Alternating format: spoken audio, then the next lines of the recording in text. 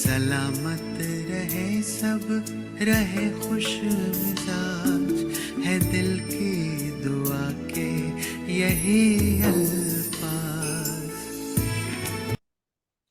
Good evening, नमस्ते, ओम शांति। हमारे सभी दर्शकों को हार्दिक स्वागत है वेडनेसडे इवनिंग हिंदी टॉक में। आज का शाम है सुदेश दीदी के साथ। तो जो भी वॉच लाइव पे हो या आप जूम पे हो, यूके में हो, जर्मनी, यूरोप, जहाँ से भी आप जुड़े हुए हो, आप सभी को वेलकम। तो आज आपने देखा होगा फ्लायर से कि हमारे साथ है एक बहुत ही विशेष आत्मा, सुदेश दीदी। तो सुदेश दीदी, आप रिसेंटली भारत से लौटे हो, माउंट आबू राजस्थान से, जहाँ ब्रह्मा कुमारी का हेडक्वार्टर है। और आप रिसेंटली आपको एक नया रोल, एक नया टाइटल भी मिला है। You have been honored with a new role of Joint Administrative Head of Brahma Kumaris. तो हमारी तरफ से और सभी के तरफ से आपको बहुत बहुत congratulations, congratulations। लेकिन अभी मुझे लगता है कि ये आपको एक नया रोल मिला, तो शायद आप कम समय लंदन में रुकेंगे। तो उसके लिए हम इतना खुश नहीं है, क्योंकि आप बहुत ही विशेष हो और हमारे साथ लंदन में जितना समय भी आप हो, तो हमारे लिए ही बहुत अच्छा है, सभी के लिए बहुत अच्छा है। आपसे कितना सीखने को मिलता है सभी को। तो आप अगर शायद ज्यादा समय यहाँ नहीं रहेंगे तो हम आपको जरूर मिस करेंगे, लेकिन कंग्रेचुलेशन। तो आप जो भी नहीं जानते हो दीदी को, तो आप बहुत ही अनुभवी राजयोगिनी हो। पिछले 50 साल से भी ज्यादा आप राजयोग सीखते हो, सिखाते हो। कितने देशों में आप कॉन्फ्रेंसेस के लिए, रिट्रीट्स के लिए आपकी बुलावा आती है और आप जाते हो, बहुत ही ट्रैवलिंग करते हो। तो वी आर वेरी लकी कि आज आप हमारे साथ हो, और एक बहुत ही इम्पोर्टेंट टॉपिक के लिए, एक बहुत ही महत्वपूर्ण टॉपिक है फॉरगिवनेस। तो क्षमा करना आसान बनाए। तो क्षमा तो कईयों को लगता है कि जी हमको करना चाहिए, लेकिन आसान हो तो हम कर पाएंगे। तो पहले तो हमारे पास कुछ प्रश्न है जिसका आप उत्तर देंगे दीदी, कि क्यों, पहले इम्पोर्टेंट क्यों है क्षमा करना या माफ करना, ये क्यों जरूरी है? क्योंकि अगर हमको ये समझ में नहीं आएगा इसका इम्पोर्टेंस, तो हम कुछ कोशिश नहीं करेंगे इसमें। तो इसका इम्पोर्टेंस बताना, फिर कैसे करें, क्योंकि इट्स नॉट इजी, इतना आसान नहीं है, कभी कभी बिल्कुल ही आसान नहीं है। तो इसको इजी कैसे करें? और तीसरा, दर्द को पकड़ कर रखना, यह एक हैबिट बन जाती है, एक आदत बन जाती है। तो घड़ी घड़ी हम दर्द को पकड़ के रखते हैं, तो ये हैबिट को हम कैसे बदलें? तो आई एम श्योर हमारे व्यूअर्स को बहुत ही अच्छे अच्छे पॉइंट्स इस टॉपिक पे मिलेंगे। तो दीदी अभी आप हमको इस पे हमको बताएंगे। Thank you. शांति। ओम शांति। Thanks for a rich introduction. सेवा हमारा स्वधर्म है। सब आत्माओं को परमपिता परमात्मा के संबंध से शांति, शक्ति, खुशी मिले। जो जीवन में हमको प्राप्त हुआ है वही हम सबको प्राप्त करावें, यही हमारी भावना है। बाकी तो जहां भी सेवा है, जरूरत है, उस समय किसी भी रीति से जो पार्ट प्ले करना है इस बेहद के नाटक में, हम तो अपने आप को ये समझते हैं कि हम भगवान के हाथ की पपेट है, कठपुतली है, डोरी उनके हाथ में है। जहां सेवा कराए अथवा ये ज्ञान, शांति, प्रेम, आनंद, ईश्वरीय सुख के अनुभव का डांस कराए, उसमें हमारा भी फायदा है और अन्य आत्माओं को भी लाभ मिलता है। थैंक्स दीप्ति बहन फॉर इंट्रोडक्शन। टॉपिक बहुत अच्छा टॉपिक है एक्चुअली, और क्वेश्चन तो और भी बहुत अच्छे हैं। क्षमा करना, माफ करना आसान कैसे बनाए? क्वेश्चन उठता है, माफ करने की जरूरत है बराबर, मुश्किल क्यों समझे? ये कारण तो आपने क्वेश्चन में पूछा। तो पहली बात है कि इसकी इम्पोर्टेंस, माफ क्यों करे दूसरे को, ये सोचना भी कि हमने दूसरे को माफ किया, वास्तव में सोचना राइट नहीं है। क्योंकि जब हम कोई चीज को, किसी को भी क्षमा करते हैं, माफ करते हैं, वो दूसरों के लिए नहीं है फायदा, पहले मेरे लिए फायदा है। करो माफ, होएगा दिल साफ। क्या है कि किसी भी आत्मा की कोई कमजोरी, किसी भी प्रकार का रिएक्शन, किसी भी प्रकार की उनके प्रति नफरत, वैर भावना और रिजेक्शन, वो हमारे मन को मैला कर रहा है। अगर हम बुराई को चरण करेंगे बार बार, तो वो बुराई बढ़ती जाएगी और वो हमारे को ही नुकसान करेगी। तो मुझे अपने लिए जो सेल्फ रिस्पेक्ट और प्यार रहना चाहिए, उसके बदले वो एनर्जी हमारी दूसरी आत्माओं के लिए, जिन्होंने हमको धोखा दिया, दुख दिया, झूठ बोल करके हमारा नुकसान किया, संबंध जोड़ करके फायदा उठाया, हर प्रकार से अपना फायदा सोच करके हमको नुकसान पहुंचाया स्वार्थ के कारण, तो हमने उनकी उन सब बुराइयों को समझते हैं कि ये बुरा काम किया है, अच्छा नहीं किया। जो चीज अच्छा नहीं किया उसको मैं अपने दिल में रखूं तो क्या मेरा दिल अच्छा या साफ रहेगा? और अगर मैं उन बुराइयों को सोच रही हूं तो बुराइयों का घर बना रही हूं अपने दिल के अंदर,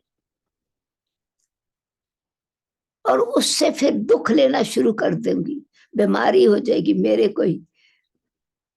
तो मुझे पहली बात यह है कि अपना जो दुख और दर्द है उसको रिमूव करने का, उसको दूर करने का पहला पहला साधन यही है कि मैं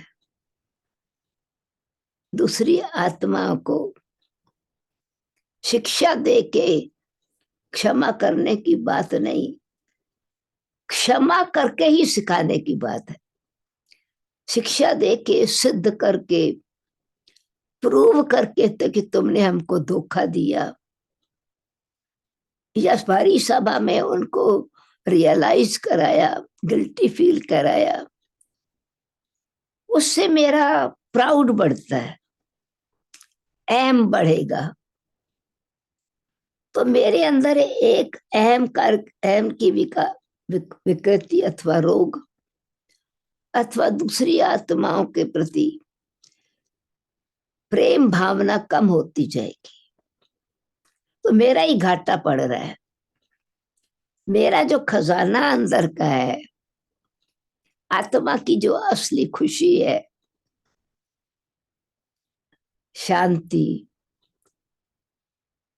प्रेम, सत्यता, आनंद, मैं उसको लॉक कर रही हूं, अथवा ये कहे कि मैं उसको अंदर ही अंदर उसका उसकी कमी बढ़ती जाती है, विकार की अवगुण बढ़ते जाते हैं मेरे अंदर, और मेरे गुण समाप्त होते जाते हैं।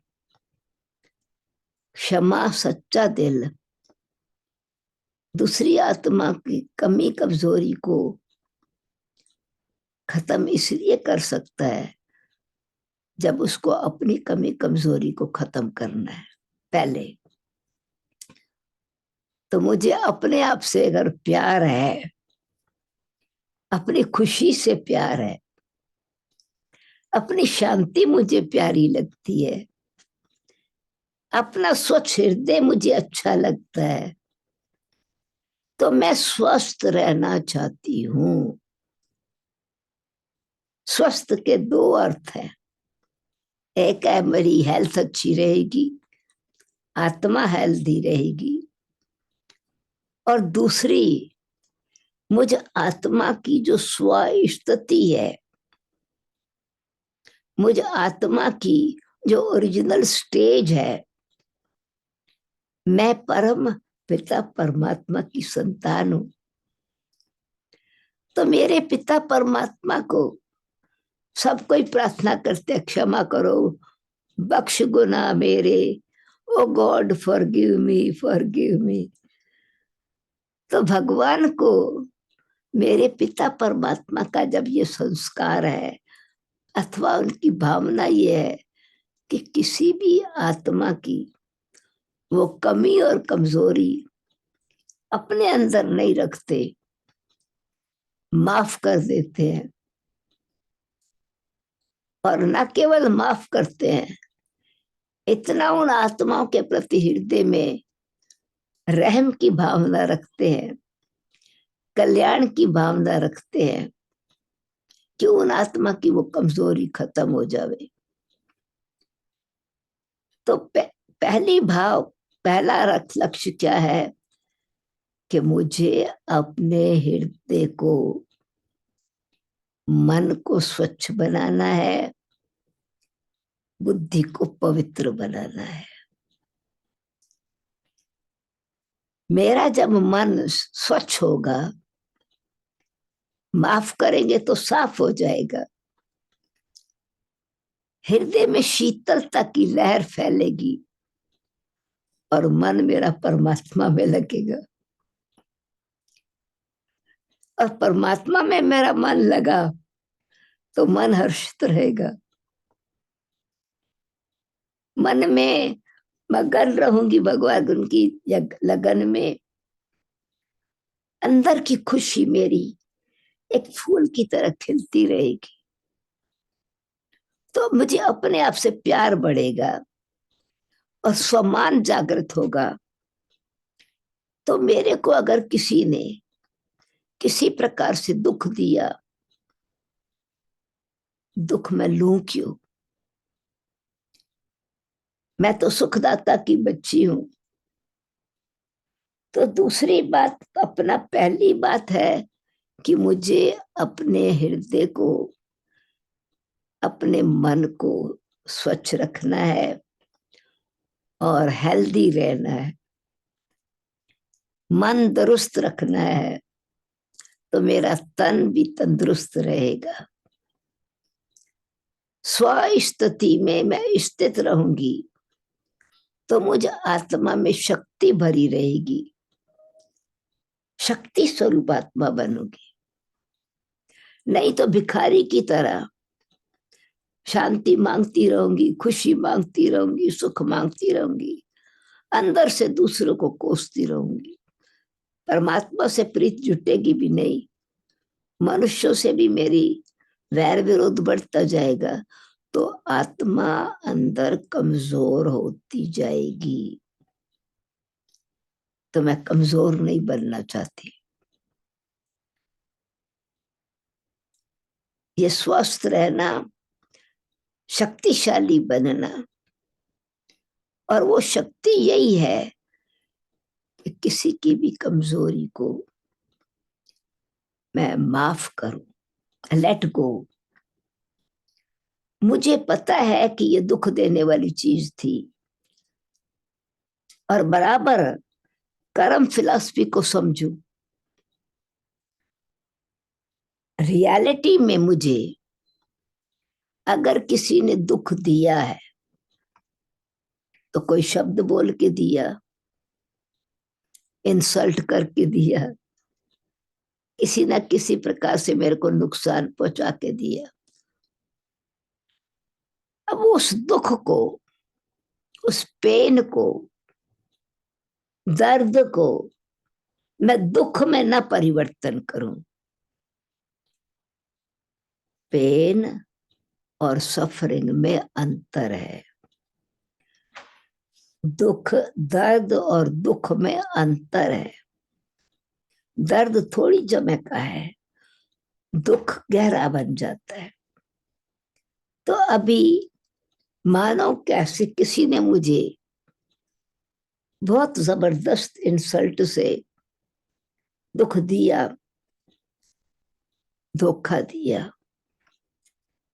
अब मैंने वो इतना गहरा, जैसे कोई इसने चाकू से चीर दिया हो मेरा अंग। अब वो एक बारी किसी ने ऐसा दुख दिया, बात अच्छी बिल्कुल नहीं थी, वो तो रबिश, फालतू था। अब मैं समझ रही हूं कि ये मुझे बराबर दिया है, तो मेरी बुद्धि अगर साक्षी दृष्ट है और अपनी रक्षक है, अपनी स्थिति को स्वस्थ रखने वाली है, तो मैं सम्मान जागृत करूंगी अपने में। अपमान को बदल करके, डिसरेस्पेक्ट और डिफेमेशन को बदल करके सेल्फ रेस्पेक्ट पैदा करूंगी। कि वो गंदी बात, जो खराब बात जो बोली, किचरा है ना। और किचरा कब बात कही थी? 10 साल पहले कही थी। 10 साल से वो मैंने किचरा अपने अंदर समा के रखा। अभी मेरी हृदय में 10 साल का जो किचरा पड़ा होगा, कितनी बदबू फैल जाएगी, कितने क्या जर्म्स उसमें उत्पन्न होंगे। मेरा दिल कोई डस्टबिन नहीं है, मेरा हृदय मंदिर है। मन के अंदर चैतन्य मूर्ति में आत्मा हूं, जागती ज्योत हूं। तो मैं उस ज्योति से अपने शुद्ध शुद्ध स्वरूप को रखना चाहती हूँ। इतना अंदर स्वमान अथवा आत्मनिश्चय अगर बढ़ता है, तो मैं अपने को दुख नहीं दूंगी। हृदय साफ रखूंगी माफ करके, और दुख को मिटाऊंगी, दुख रहने नहीं दूंगी, दिल साफ करके। दूसरा, समझदार हूं मैं। भगवान ने मुझे समझ दी है कि वो दुख एक बारी किसी ने दिया, किसी स्वभाव के वश, वैर के वश, ईर्ष्या के वश, स्वार्थ के वश, क्रोध के वश, किसी न किसी विकार के वश के कारण दिया। और विकार बिगाड़ करता है जरूर। अब जिसने एक बारी इतना गहरा चाकू लगाया, बराबर मेरे को चोट लगी। अब मैंने वो फीलिंग अंदर रख ली, तो वो पेन दुख में बदलता जाएगा, गहरा घाव बन जाएगा। उसमें मैंने अपने साथ क्या कर रही हूं मैं? उसने उल्टा कर्म एक बारी किया और मैंने 50 बारी माँ को सुनाया, भाई को सुनाया, फ्रेंड को सुनाया, किसी और को सुनाया, बार बार वो रिपीट किया। जितने बारी मैंने वो दुख की फीलिंग को रिपीट किया, वो मेरी वो सेंसिटिव नेचर उतने बारी वही फीलिंग मेरे अंदर घाव गहरा करती जाएगी। तो किसी ने तो एक बार ये अकाउंट बनाया और मैंने रिपीट करके वही नेगेटिव रिएक्शन, नफरत वाली भावना और दुख वाली फीलिंग से रिपीट किया।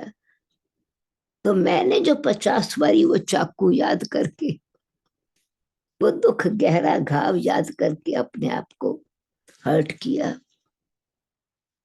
हिसाब किताब किसके साथ बना? उनके साथ। उन्होंने एक बारी बनाया, मैंने अपने साथ 100 बारी बनाया। तो मैं आत्मा, गीता में भगवान ने कहा है आत्मा अपना मित्र है, आत्मा ही अपना शत्रु है। दूसरे ने मेरे साथ शत्रुता एक बारी की और मैंने वही शत्रुता का अस्त्र, वेपन अपने पर 1000 बारी यूज किया। तो मैं अपना दोस्त हूं या दुश्मन हूं? अब मुझे स्वमान में अगर अपने मित्रता, मेरे भाव में अपने लिए मित्रता है, तो दूसरे की शत्रुता का काम असर मेरे पर होएगा नहीं। मैं शक्तिशाली हूं तो कमजोरी का असर मेरे पर नहीं होगा, और अगर हुआ है तो इतनी शक्ति है कि लेट गो कर दूंगी। वेस्ट है एनर्जी वेस्ट करना, टाइम वेस्ट करना। तो जब इस गहरी कर्म फिलॉसफी को समझते हैं, तो मैं अपने आप को प्यार करके, अपना दोस्त अपने आप बन के, दुश्मन को भी माफ करके, अपने हृदय की शक्ति, अपने जीवन की शक्ति का बचाव, तो खुशी होगी। क्यों? खुश रहना, खुशी की खुराक खाना। और किसी ने झूठ से कोई बात बोली तो उसने भूले, वो उनकी, उन्होंने मेरी वैल्यू को नहीं समझा, मेरे भाव को नहीं समझा, मेरी भावना को नहीं समझा। पर मैं अपनी भावना और भाव के साथ अपना स्वभाव खराब क्यों करूं? मेरा अपना स्वभाव शीतल, शुद्ध, प्रेम संपन्न होवे। फिर तीसरा व्रत ये मंत्र है, निंदा हमारी जो करे, मित्र हमारा सो। किसी ने हमारी निंदा करके हमको दुख देने का लक्ष्य रखा, परंतु वो हमको मालूम है कि वो निंदा रियल नहीं है। वो अगर अगर वो बात, निंदा, उसने मेरे को डिफेम किया भी सही, तो मेरा अंदर चेकिंग ये चाहिए कि कुछ कुछ परसेंटेज उसमें सच है या कुछ परसेंटेज उसमें झूठ है। तो अगर वो झूठ है तो झूठ है, उसका मेरे पर असर क्यों हमें, मेरी सत्यता पर नशा और मुझे विश्वास क्यों ना रहे? और अगर वो बात उनकी सच्ची है, थोड़ी भी सच्ची है, तो मैं ऑनेस्टी से उसको चेक करके, अंतर्मुखी होकर के उस इन्फ्लुएंस को, उस इन्फेक्शन को दूर करूं। मैं इन्फेक्शन में आ गई उनकी बीमारी के कारण, तो मुझे तो अपने आप को इन्फेक्शन से सेफ रखना है ना। तो समान, स्वयं के साथ मित्रता, स्वयं के साथ प्रेम, तो हमारे भावना में दूसरी कोई आत्मा ने भूल कर भी दी तो एक ग्रेटिट्यूड उन आत्मा के साथ अपनी रूहानियत की ग्रेटनेस से उसको माफ कर देंगे। न केवल माफ करेंगे परंतु फॉरगेट कि मैंने माफ किया। एक्चुअली हमने माफ किया, फायदा तो हमको हुआ क्योंकि मैंने अपना समय बचाया, मैं अपने स्वमान में रही, मेरी एनर्जी वेस्ट नहीं हुई, मेरा स्वभाव के सबके साथ मीठा रहा, मेरे को किसी के अवगुण वर्णन करने का, किचरा फैलाने की आदत नहीं पड़ी। मैं हमेशा गुण का ही वर्णन कर रही हूँ, किसी की विशेषताओं का ही वर्णन कर रही हूँ।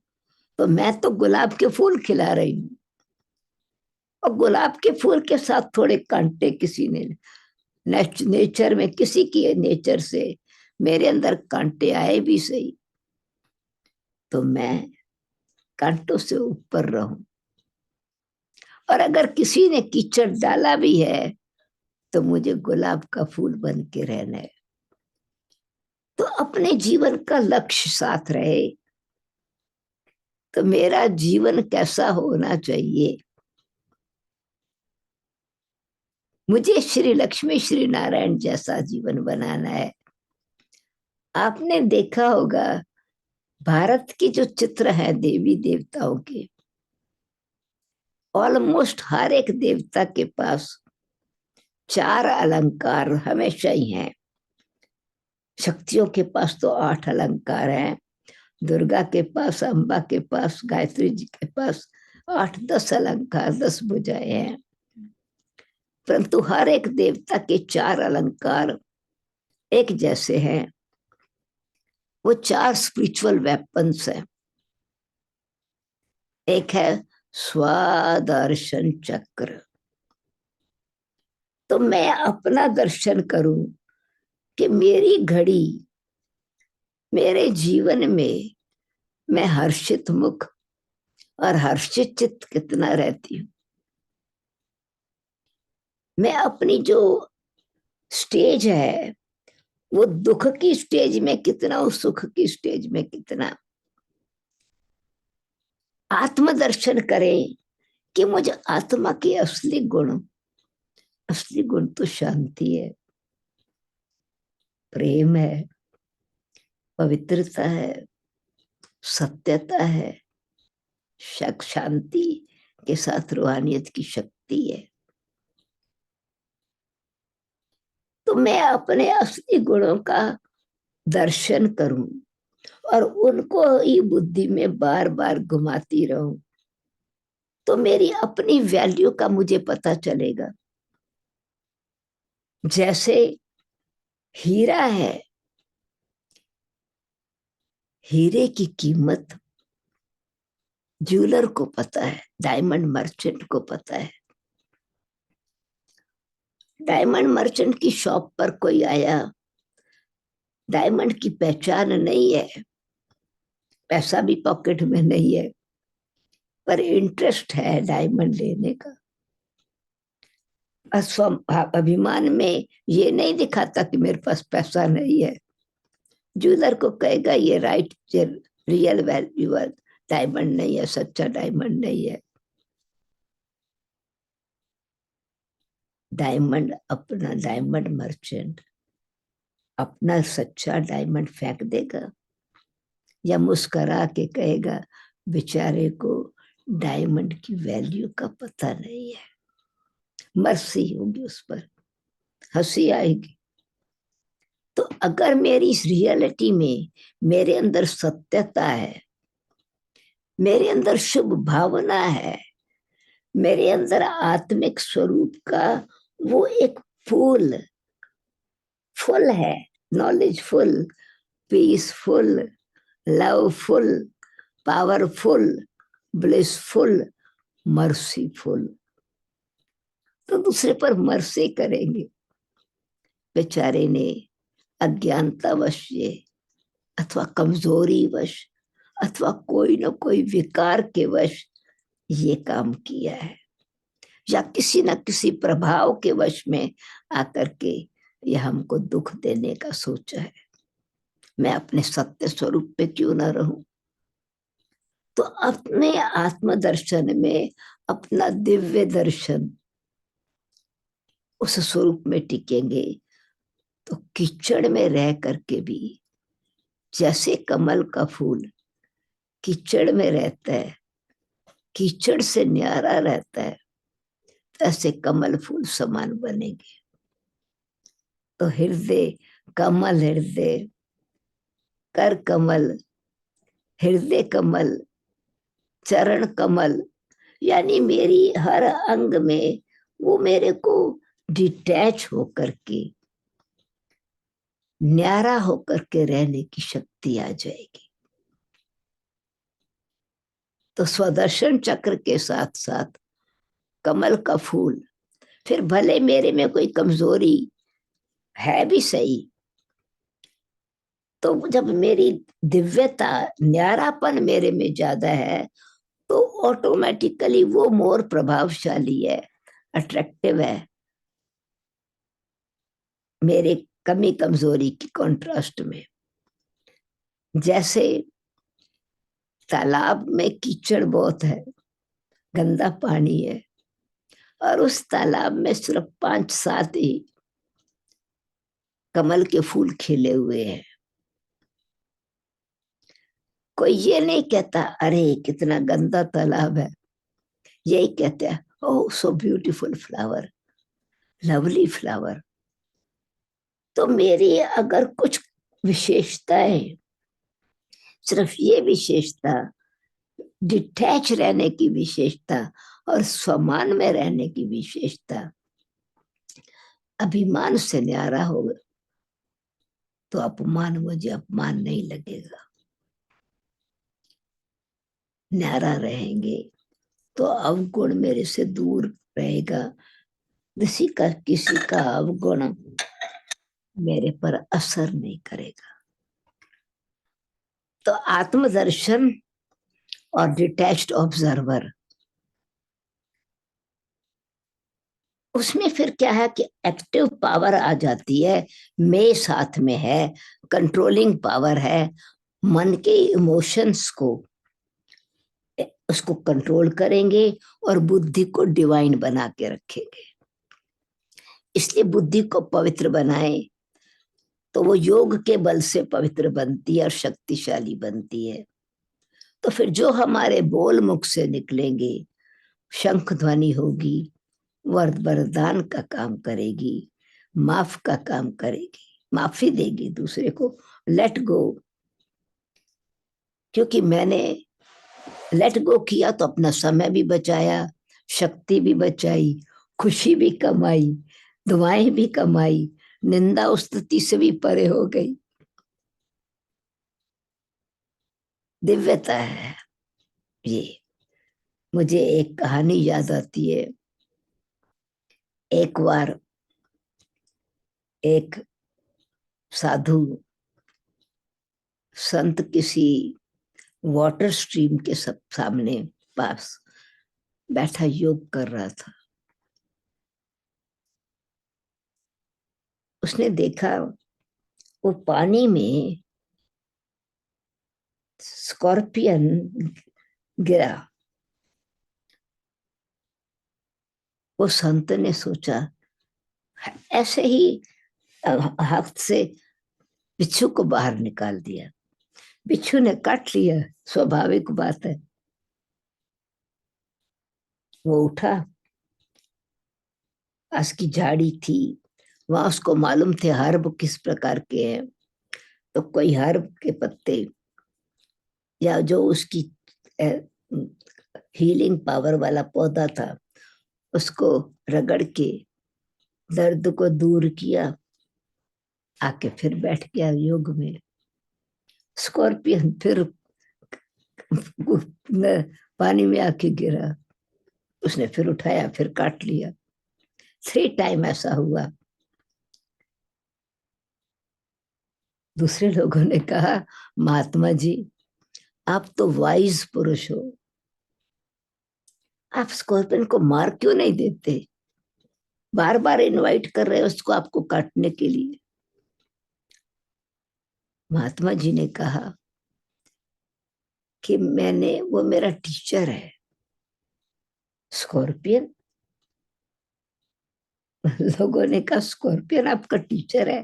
कहा मैंने उनसे 3 लेसन सीखे हैं। उन्होंने कहा 3 लेसन कौन से सीखे? स्कॉर्पियन कोई बोलता थोड़ी है आपकी भाषा। का नहीं, बोलने की बात नहीं, सिखाने की बात नहीं, पर सीखने की बात है। स्कॉर्पियन ने नहीं बोला, पर मैंने स्कॉर्पियन के एक्ट से सीखा। मुझे मालूम है स्कॉर्पियन स्विम करके पार हो जाएगा, पर मुझे रियलाइज हुआ कि मेरी पर्सनैलिटी में नेचुरल बेनेवोलेंस, स्वाभाविक रीति से मेरा स्वभाव ऐसा बन गया है कि कोई भी किसी दुख में मैं बचाऊं। तो मेरे पास ये भी क्वेश्चन नहीं उठा स्कॉर्पियन है, मेरा हाथ ऑटोमेटिकली उसको बचाने के लिए गया। तो मैंने ही सोचा कि स्कॉर्पियन अपने स्वभाववश काटता है, मेरा स्वभाव बचाने का है। मैं इस लेवल पर अभी पहुंच रहा हूं कि बिना किसी सोच के मुझे किसी को बचा लेना है।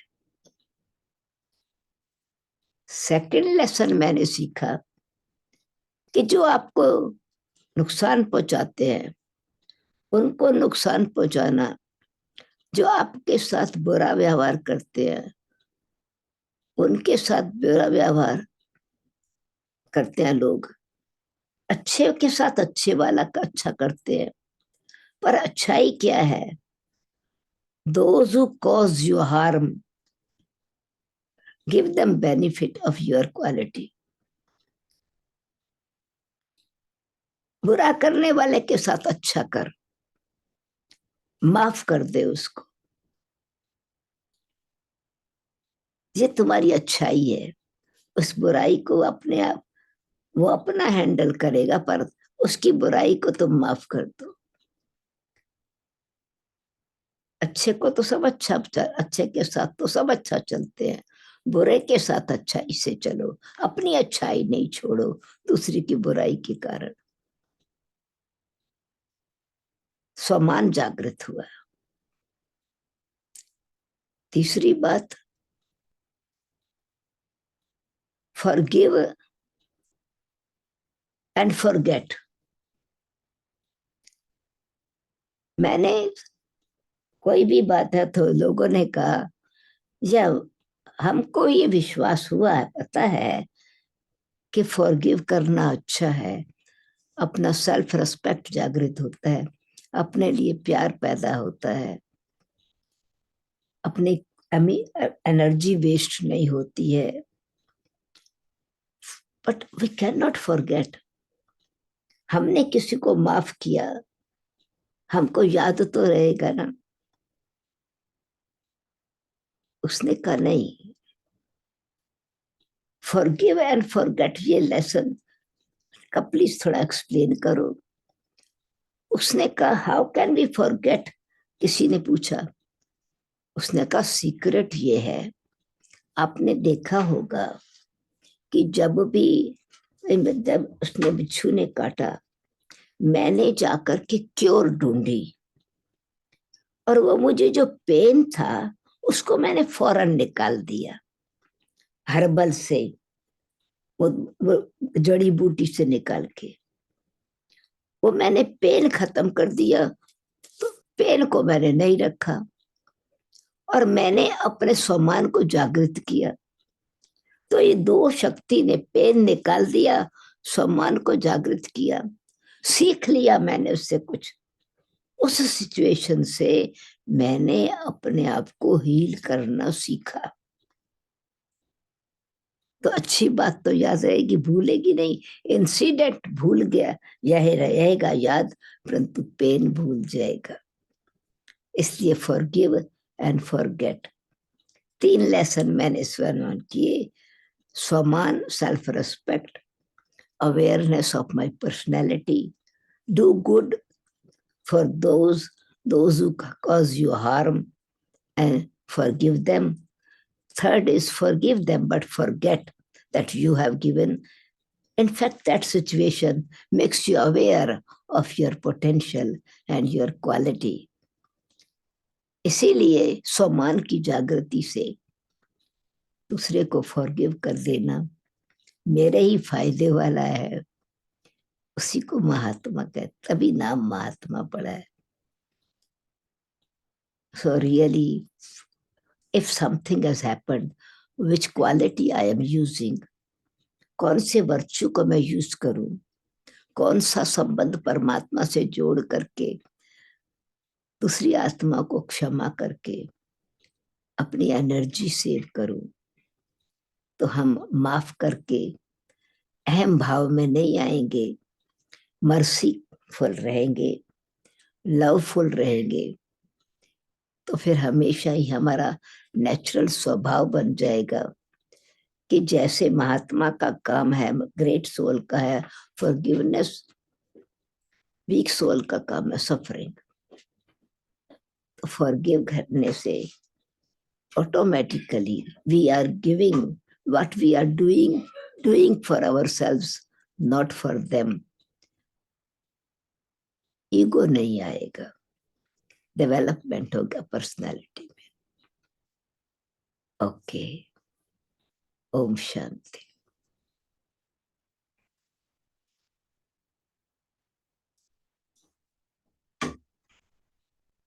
थैंक यू दीदी, आपने बहुत ही अच्छी तरह से स्पष्टीकरण किया इस टॉपिक पे। बहुत ही अच्छा लगा, बहुत इजी बनाया आपने हमारे लिए। पहले तो करे माफ तो दिल साफ, ये बहुत ही अच्छी बात है। रहम की भावना रखना और अहम नहीं हो। ये भले हमने माफ किया, लेकिन हमारे पास ईगो नहीं आना चाहिए। मन को स्वच्छ रखना, तन को तंदुरुस्त रखना, बहुत ही फायदा है। पहले तो फायदा आपने बताया कि हमारे लिए ही है, अगर माफ करेंगे तो पहला फायदा हमारे लिए। I benefit first, I am the first to benefit. अपनी अच्छाई नहीं छोड़ो दूसरों की बुराई के कारण। Why should I lose something because of somebody else's weakness? और स्वमान, सेल्फ रिस्पेक्ट। थैंक यू दीदी, बहुत ही अच्छा। अभी आप मेडिटेशन में हमको ले जाएंगे।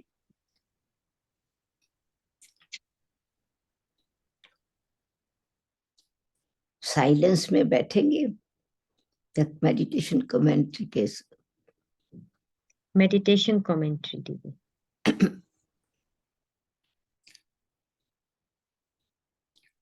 ओम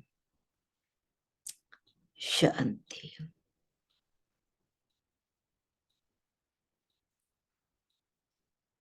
Sit relaxed.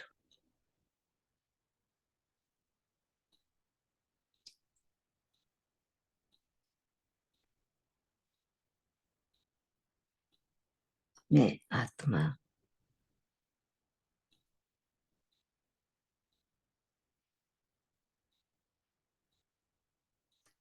चैतन्य शक्ति प्रकृति में निवास करने वाली चैतन्य ज्योति हूं।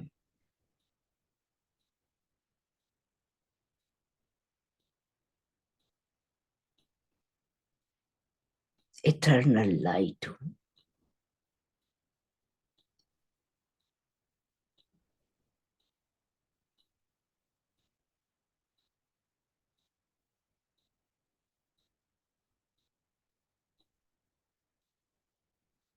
मैं आत्मा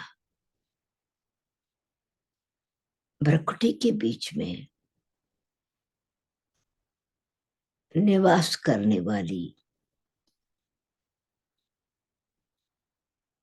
अति सूक्ष्म शक्ति हूं।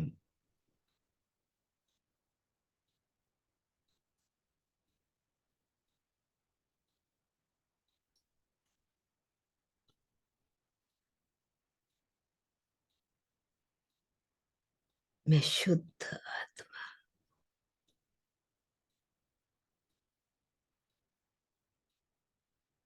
शांत स्वरूप हूं।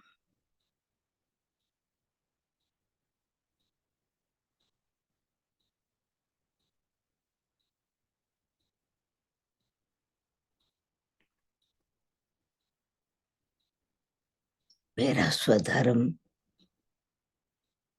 शांति है।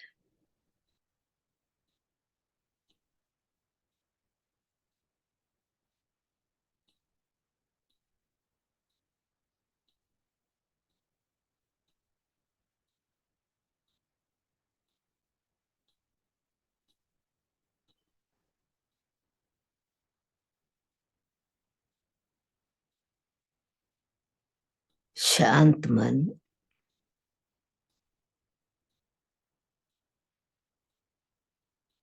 शुद्ध संकल्पों से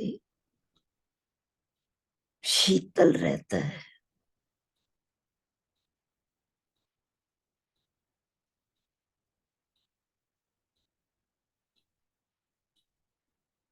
calm, cool and clear mind.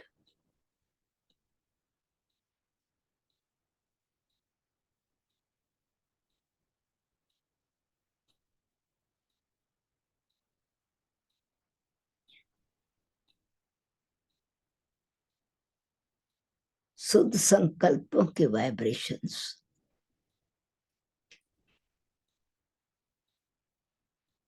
में शुभ भावना और शुभ कामना समाई है।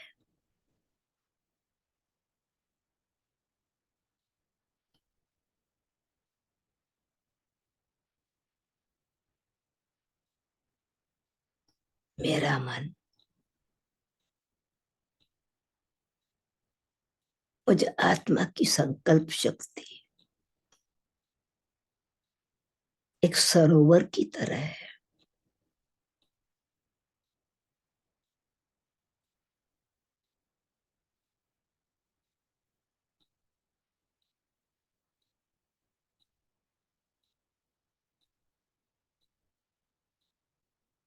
शुद्ध संकल्पों की लहर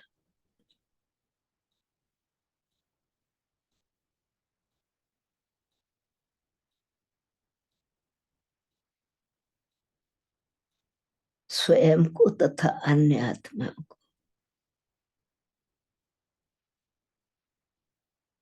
शांति के वाइब्रेशन पहुंचा रहा है।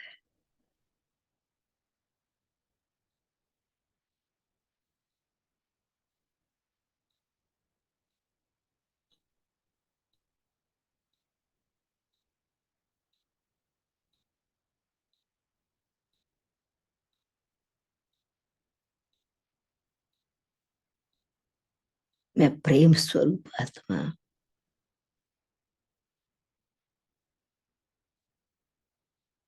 क्षमाशील आत्मा,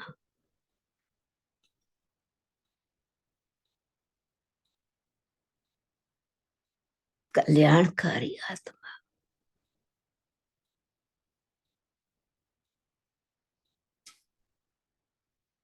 मैं आत्मा परम पिता परमात्मा की संतान, क्षमाशील आत्मा,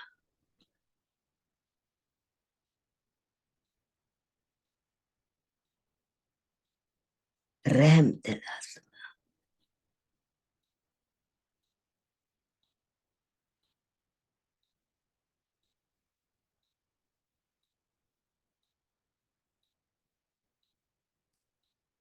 मुझे निश्चय है,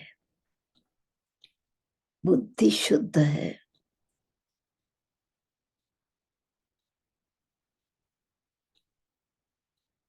तो किसी भी आत्मा की अशुद्धि को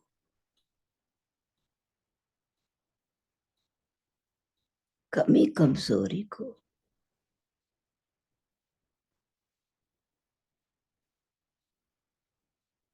माफ कर देना मेरा स्वाभाविक भाव है।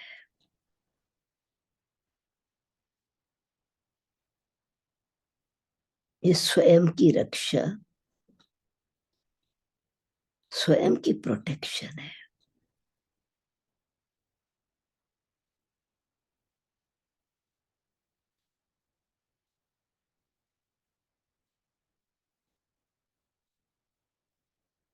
कल्याणकारी आत्मा, दुआओं की पात्र आत्मा है, दयाशील आत्मा।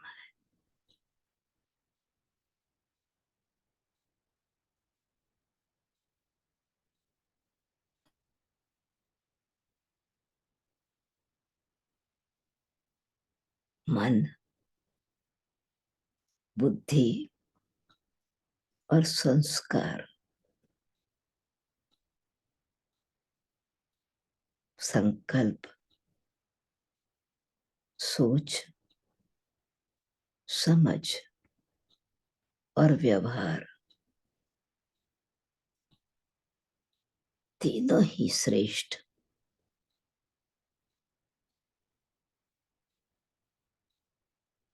अथवा दिव्य है। देवता देता है, शक्ति देता है, शांति देता है।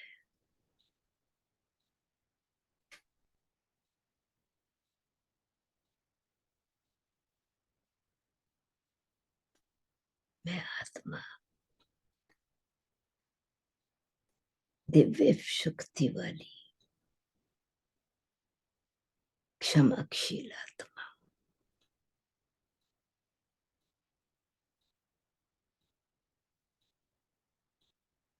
स्वाभाविक संस्कार कल्याणकारी है।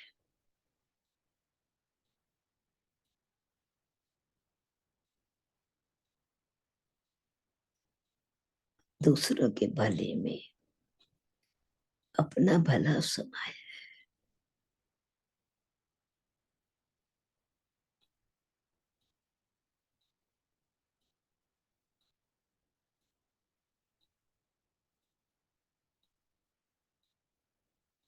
मन शांत, शीतल,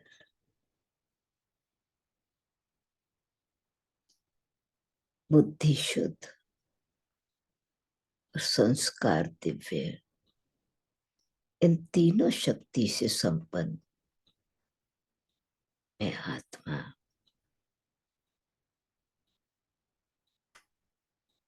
कल्याणकारी शिव परमात्मा की संतान, कल्याण स्वरूप आत्मा, रहम दिल आत्मा।